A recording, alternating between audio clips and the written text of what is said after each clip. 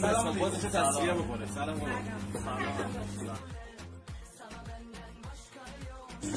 بوی سلام عمو نعمت. سلام چطوری خوبی؟ سلام از این ورا اینجا چیکار می‌کنی تو؟ تو کجایی؟ معلوم است کجایی؟ والا رفته بودم تهران آپارتمان افتاده بود تو ته با مترو رفتم اومدم از کمدت دارم میمیرم. بابا این خسیس بازی ها چیه؟ اینقدر خسیس نباز، اینقدر جمع نکن، آخرش این وراست میخورن میان بابا نکن این کارا رو علیرضا. نگران من نباش، تو فقط به خودت برس، شیرتو بخور. بیا یه خورده دست از این خسیس بازی ها وردار. من خسیسم ها؟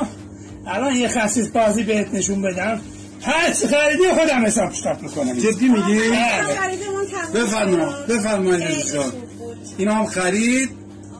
اینا یه 300 تومن حساب قبلی داریم، اونو چیکار کنیم؟ اونم آقا علیرضا هستن دیگه، دستت درد نکنه علیرضا جون. دستتون اینا با شماست؟ بله با ما. دمت گرم خدای، خیلی مردی.